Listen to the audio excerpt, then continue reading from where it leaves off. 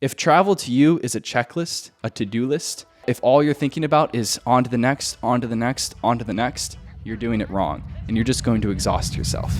What's going on, guys? Welcome back to the GlobeFocus podcast. I am your host, Andrew James, and this is episode 2. This week, we have a very chill episode. I'm just hanging out in Seattle, catching you guys up on my life, and doing a little self-reflection, telling you guys a little bit more about my past, my history, where I grew up. If this is your first time listening to the GlobeFocus podcast, thank you so much for being a part of this community. We are just getting started, so any support is very much appreciated.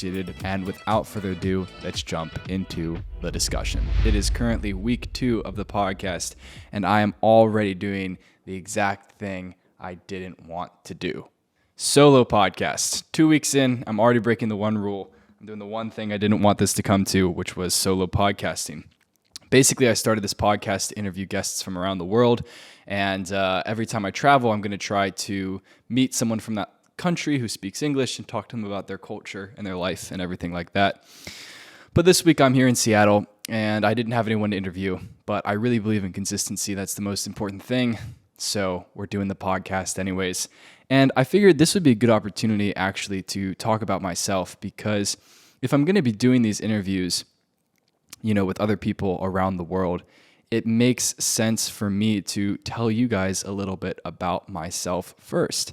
So I thought for episode 2, I would just take you guys through a brief history of my life, where I grew up, my culture, my people, my perspective, and that way you know what context I'm going into these conversations with.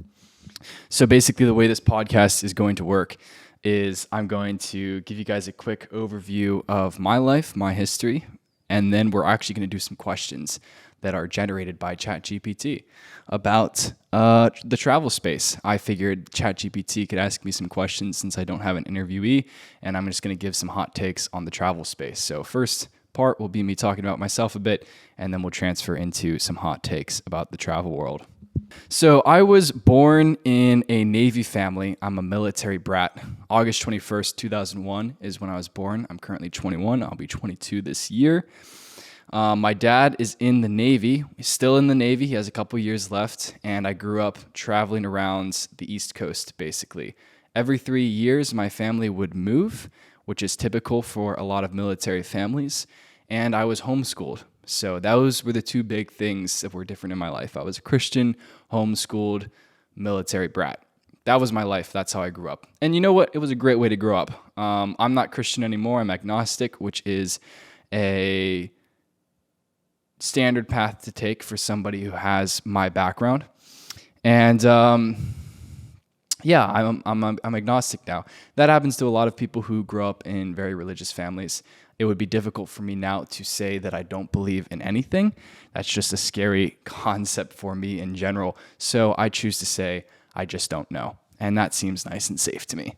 But so I grew up homeschooled. I grew up Christian. And what's interesting is none of these things were that unique to me growing up, because everyone I knew around me, all of my friends, all of the people I interacted with were coming from very similar backgrounds. Most of my friends were also Christian, also homeschooled, and a lot of times they would have parents in the military. So to me, it was like completely normal. I didn't even think twice about it. I thought I was just living a normal, regular American life. It wasn't until I was older and I moved to New York and I met different people and I expanded my horizons that I realized how unique of an upbringing I actually had. And I really actually am happy that I grew up the way that I did. It worked out well for me. I'm happy with the principles and the morals and the general approach to life that I was raised to have. I think Christianity in general has a lot of good principles in it. I don't throw the baby out with the bathwater. I think there's a lot to learn from it. I might not believe every aspect of it currently, but I think there's a lot of benefit in the scripture and living your life roughly according to a spiritual guideline. And so Christianity is a great way to do that. Yeah, so I grew up in mostly Virginia, I would say, but we moved every 3 years. The interesting thing about that is I had friends whose parents were in the military, and they would move to places like Japan, or then they moved to Oklahoma or Texas. They would be moving all around all the time, and that sounded miserable. You know, people would really give them a lot of pity because they had to move so often. But in reality, I was moving just as often. It's just we weren't moving as far. But if you move even an hour away from your friend group, your entire social environment changes in the exact same way because now you're not in driving distance.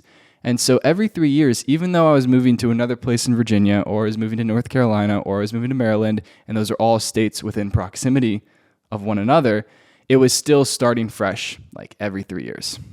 Every 3 years, we were getting another, hitting the road again, starting off again, starting fresh, being the new people in the group, being the new people in the church, having to make new friends, having to reestablish yourself, having to join a new Boy Scout troop. Like, that was my life. We were very used to that. And I actually now realize that that's why I fell in love with traveling so much. I really love to travel because I'm kind of addicted to the feeling of being the new person in the group.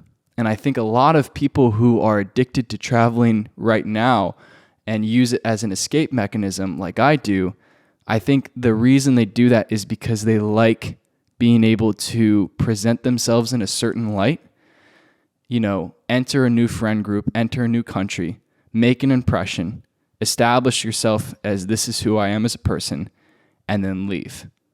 And you can maintain an image a lot better that way because you don't have to keep it up with any one person that long. I'm never around the same people very long in my life at all. I'll go for the longest amount of time I'll spend with one person at a time is like 1 to 2 weeks on a shoot. And then I won't see them again for months. And so I'm kind of addicted to this sensation of meeting people for the first time and being the new person in the group.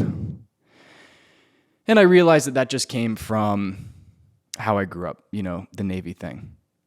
But anyways, around the time that I was like 9 or 10, I got really into skateboarding, and I started watching skateboarding YouTubers online, like the early day influencers.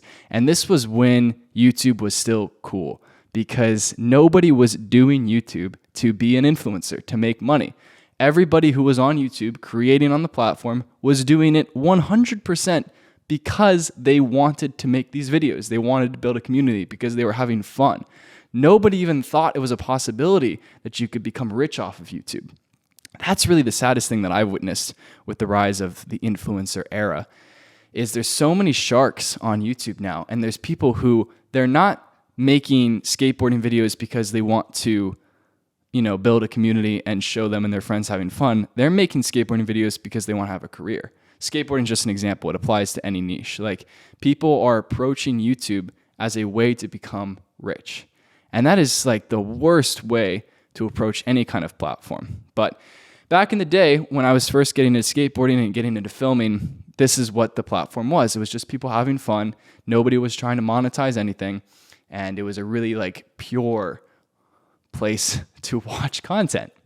And so I started making videos with my friends as well, just skateboarding around. And I lived on a military base at the time with my family in Northern Virginia. My dad was working in the Pentagon. And so we lived on a base called Fort Belvoir, which was really cool because it was this closed off community of people all in the military. And although Northern Virginia, if you live in Northern Virginia or if you've ever been there, it's very busy, tons of traffic, tons of people. It's a very dense population. It's not particularly safe. I mean, it's safe, but it's like you wouldn't usually just have your kid running around Northern Virginia on his own.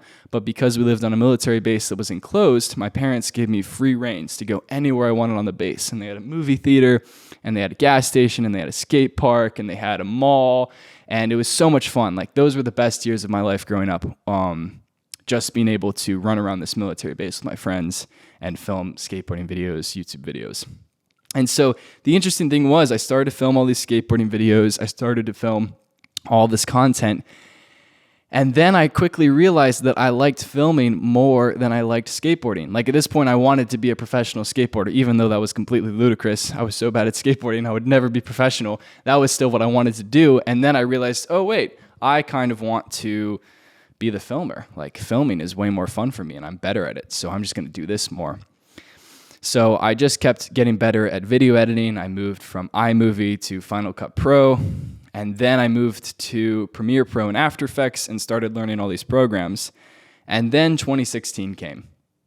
And anybody who's familiar with the cinematic travel space knows that around 2016, 2017 was the rise of camcorder and travel content. This was like the heyday of zoom transitions and luma fades, and there was this whole cult following of these really cool people just kind of traveling around to Bali and Hawaii and India. Mostly camcorder was the big inspiration for me, but there was a lot of creators in the space, and it was like really innovative filmmaking. It was a cool time to be on the internet because there was an intersection between technology and creators, I guess you could say. What I'm trying to say is the technology of camera equipment was innovating very quickly. Like, I remember when everyone used to use glide cams to get steady footage. And then within the span of like a few years, we went from glide cams to gimbals. And then gimbals were at first really expensive. They were rare. They were kind of janky. There was like the Ronin M, which was this big DJI heavy gimbal. And then over the next few years, because of Zhiyun Crane and other competitors, all of a sudden, everybody has a gimbal. And then all of a sudden, everyone's shooting 4K. And then all of a sudden, everyone's shooting 6K. And all this technology was just getting better so quickly so that a creator like camcorder, who's just an individual, he could actually make content at the same level as like a commercial production team that would usually have taken 50 people to film one commercial. He could do basically the same quality content by himself with his Canon 5D or 1DX and a Ronin M and a drone. And so it was a really cool time because, you know, there's this innovation in camera equipment, and then YouTube and Instagram was really taking off. And I was a little bit too young to actually participate in the space at the time, but I was an active viewer, and I started making YouTube tutorials about all these different people. So some of you might be familiar with my tutorials, but I started to make editing tutorials when I was still living in Virginia about how to edit like these creators, how to edit like camcorder, how to edit like Matt Como, how to edit like Taylor Cut Films, how to edit like Beautiful Destinations. And Beautiful Destinations was a company at the time. They had a big Instagram page, but they had a viral video campaign called World's Coolest Job. And Beautiful Destinations is an advertising agency for tourism boards and hotels. So basically, they make content for social media pages for tourism boards and hotels. So a country will come to them and say, we want to advertise our country on Instagram. We need you to make us some content to put up on our Instagram that people are going to watch. And so they made a campaign saying, we're hiring people for the world's coolest job. We're just going to send you to these cool countries and these cool hotels, and you're going to film this cool content. And it was just like very sexy and exciting. And so I saw this video when I was an impressionable 15-year-old. And eventually I kept making these tutorials, and I got reached out to by the co-founder of Beautiful Destinations, Tom Johnsey, and he gave me an internship with the company. So when I was 17, the summer before I turned 18, I moved to New York City. And it was a crazy, crazy summer because think about how I grew up with the context you now have about me. I was raised religiously, homeschooled, Christian. Mostly grew up in Virginia. Mostly grew up around people who think very similarly to the way I was raised. You take that person and you drop him in New York City for 3 months. So you can imagine, like, my mind was blown. The world opened up. You know, all of a sudden, the world was a new place. It was totally Dorothy had left Kansas kind of vibes. And then I was just having the time of my life in New York. The internship was going well, and they offered me a full-time job afterwards, so I immediately started working for them full-time. I remember my 18th birthday, the day that I turned 18, I was on a plane to Japan, being paid for by the company. I had a full-time job, and my job was to film videos in Japan. Like, I was so stoked. I couldn't even express how exciting it was for me to be I couldn't believe what was happening to me. I'm working at this company that I dreamed about working for, being flown around all these places like I'd never even been out of the country before. So I worked for Beautiful Destinations for a couple of years, and then COVID hit. When COVID hit, things changed a bit because they couldn't send us to countries to film anymore. So we were doing a lot of remote editing work. And I just realized I don't want to be an editor. I have no desire to edit other people's content. As a rule of thumb, I don't edit content that I haven't shot. Like, I'm not an editor, and I didn't like editing content that I wasn't directing. So I left the company to pursue freelance, and that's what I've been doing ever since. So I'm just a contractor. I work with Beautiful Destinations on a contract basis. I work with other advertising agencies, other tourism boards on an individual basis, and I'm just a freelancer now. And then the final, I guess, life update is I lived with my parents for a couple of years during COVID. And then at the beginning of this year, I moved out to Seattle just to try something new. I get a lot of questions about why I moved to Seattle. And the truth is, I don't have a great answer. I knew I didn't want to move back to New York. I knew I didn't want to move to LA yet. I wasn't ready for that. And I visited Seattle a couple of times, and I love the nature around here. I love the moody PNW. Even just right now, it's like cloudy and overcast. To be honest with you, I kind of like that. I like just kind of hibernating in this Seattle apartment and watching the rain from my window. You know, I like Seattle. I like that vibe. So I'm giving it a shot for a year. I haven't actually spent much time here because I've been traveling a lot more this year than I thought I was going to. I've only probably spent a few weeks here total, and we're like in May now. But I do like Seattle. I'm enjoying my time out here. And it's just not as crazy as New York or LA. Like, again, I was raised in Virginia, and when I'm traveling, obviously everything's so crazy that I like to come back to somewhere not so crazy, where I can relax and decompress. And so where I live in Seattle is not in the heart of downtown Seattle. It's a little bit outside of it, more suburban vibes. And I'm just more comfortable in this kind of environment where I can drive. Like, that's the problem I have with New York. I really like the freedom of driving. I like knowing that I have a car and I can just get in my car and go somewhere whenever I want. New York, you can't have a car, obviously, but even if you're rich and you have a car, you're fortunate enough to have a car, just getting out of the city is like such a pain that it doesn't even make sense to have a car. And I like the freedom, you know, but New York will always have a special place in my heart for sure. I'd love to move back there eventually, but for now, we're in Seattle. So yeah, that's basically my life, guys. That's been the process for me so far. I'm still young. I'm 21. I'll turn 22 this year. I feel like I'm in a good place now for the first time in a long time. I'm really excited about GlobeFocus. I'm excited about this podcast. I feel like I'm doing things for fun again. For a long time, I took myself too seriously. And I think that's such a dangerous place to be. Like, my ego was big-ish, I guess. Maybe not my ego, but I just took myself too seriously, and I didn't want to make content that I wasn't 100% proud of. Like, I was probably too much of a perfectionist, and I was too in my head about what I was sharing with the internet. And the one piece of advice I give anybody who's going to start doing anything online is nobody cares.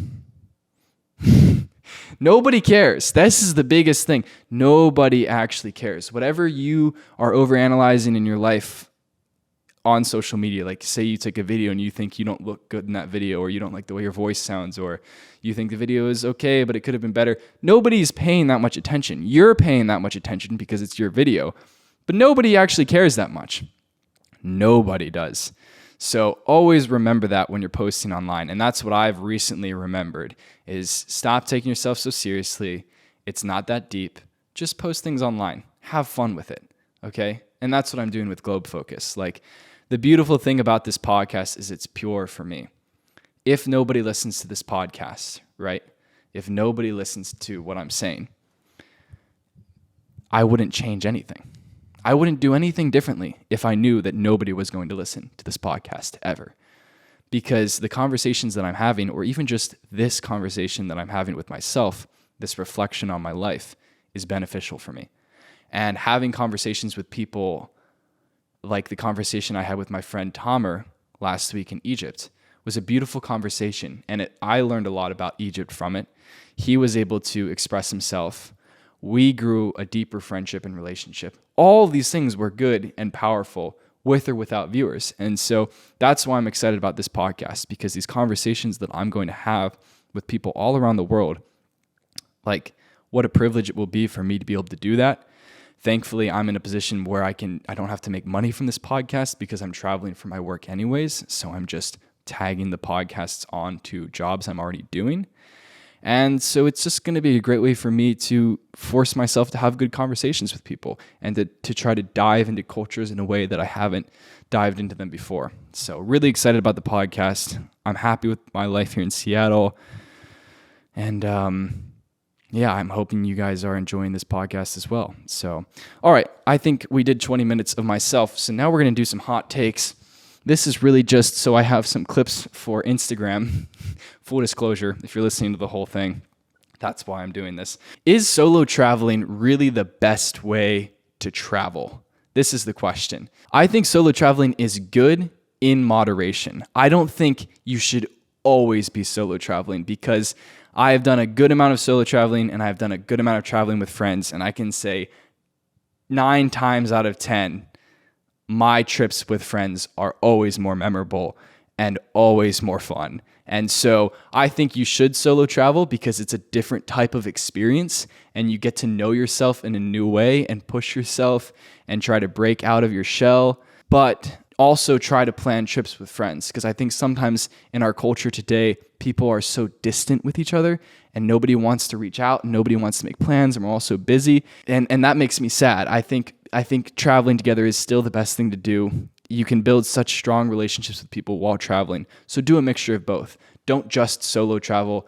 Don't just travel with your friends. Do both and know that they're different things. They're different kinds of experiences. I've had some bad experiences solo traveling. I've gone to some countries before where I was just burnt out, and you think solo traveling will force yourself to make friends. Well, guess what? You can also just lay in your Airbnb all day and do nothing and waste a week in a country while you're solo traveling. I have done that. I have been there. So it's not like guaranteed that you're going to meet cool people or make friends. That happens a lot. Most of the time that will happen, but I have definitely thrown myself on a solo travel trips before and then just not met anyone. And it was a total disaster and waste of money. So solo traveling is good, but it's probably not the best way to travel. Over tourism. Are we destroying the places we love? I remember when I was in Panama earlier this year, I went to a waterfall spot with a couple of my friends, and we got there really early because we knew crowds were going to be coming. But around like 9, 10 o'clock, these crowds started rolling up to the spot, and there would be these local tour guides, and they'd be bringing maybe like 10 to 20 people at a time to these waterfalls to swim and cliff jump and hang out. And it was just so gross, to be honest with you. There was way too many people, way overcrowded. People were bringing beer and trash and leaving the trash and yelling. And what once used to be this oasis of waterfalls in the middle of Panama is now like a Disney World level trashy pool area. And it's really sad to see the effects of over tourism like that. It's difficult for me because I work in the industry, so I can't completely criticize it because I'm part of it. The problem is most countries have a lot to offer, but almost all tourists will go to the 1 or 2 hotspot locations. I remember reading a quote by Bourdain before I went to Paris for the first time. And the quote was, let me look it up. This quote from Anthony Bourdain perfectly sums up the best approach to travel. Most of us are lucky to see Paris once in a lifetime. Make the most of it by doing as little as possible. Walk a little, get lost a bit, eat, catch a breakfast buzz, have a nap, try and have sex if you can, just not with a mime. Eat again, lounge around drinking coffee, maybe read a book, drink some wine, walk around a bit more, eat, repeat. See? It's easy. Unfortunately, what happens is a lot of people get 1 or 2 weeks off every year to go on vacation. And so they feel a lot of pressure to do as much as possible on their vacation while they have the time. That makes sense. But in reality, you want to come back from a vacation feeling refreshed, and you want to come back from a vacation feeling like you actually experienced a city. And the way to experience a city fully is to live like the locals. And the locals are not running around to all the tourist hotspots trying to get a picture at every place before they have to leave the country. The locals are doing exactly what he said, walking around, reading a book, working, eating, trying to have sex, like these types of things. This is how you experience a city. Try to think like a local. If travel to you is a checklist, a to-do list, if all you're thinking about is on to the next, on to the next, on to the next, you're doing it wrong, and you're just going to exhaust yourself. Chill out a bit, enjoy a city, live like a local, and just take it easy.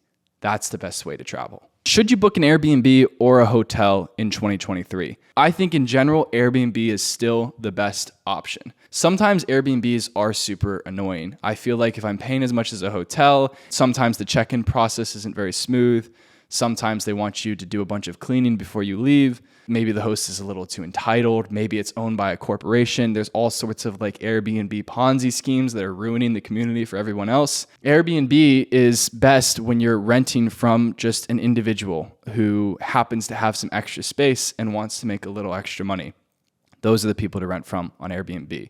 If it's managed by any kind of other company, then stay away, because that's where things get complicated. I actually have a story about that. I was in Dubai a couple of years ago and I was checking into an Airbnb, and the Airbnb was managed by a third-party company. So they weren't the actual owners of the apartment, they were just managing it.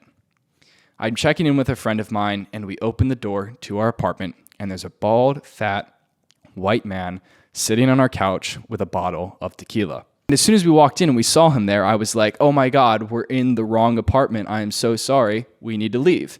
And then he started saying all these like vague sentences. He was saying, maybe you're in the wrong spot. Maybe you aren't. Things like that. But the more we talked to him, we realized that we were, in fact, in the right Airbnb. And so we didn't want to be rude, so we just kind of started making conversation with this man, and he asked me a couple of questions. He asked if my friend that I was there with was my partner, like we were dating, and that was a little bit strange just because we're in Dubai and being gay is illegal in Dubai, and I wasn't. I'm not a gay man. I'm not homosexual, so we were just there as friends. So it was a bit of a weird question. Things like that were just going on, but I didn't think much of it. And eventually this man turned and looked at me and he caressed my hair and said, "You're very cute." I was so taken aback. I had no idea what to do in response. I'd never been in this situation before. I wish I could say like I punched him or I slapped him. I didn't. I just did. I'd never even been like, nothing like that had ever happened to me. I completely froze. I forget exactly what happened, but I know I went into a different room after that. I stopped talking to him. I immediately left his presence. And then he kept hanging around for a minute and eventually got the memo that I was not interested and left. It was super weird. I did leave a very bad review. But anyways, that is just an example of where Airbnb's having a third-party organizer can just complicate things and make things go wrong. Keep that in mind. All right, guys, so there you have it. I think that is where we are going to end this podcast. I hope you enjoyed hearing a little bit more about my growing up, my history, where I came from, and I hope you enjoyed some of those questions that I went through right at the end. Please bear with me. Next week, we are 100% going to have a guest on this show, so stay tuned for that. I am uploading every Thursday, no exceptions. We are available on Apple Podcasts and Spotify. Thank you guys so much for listening. I really do appreciate it, and I will see you guys in the next one. Take it easy.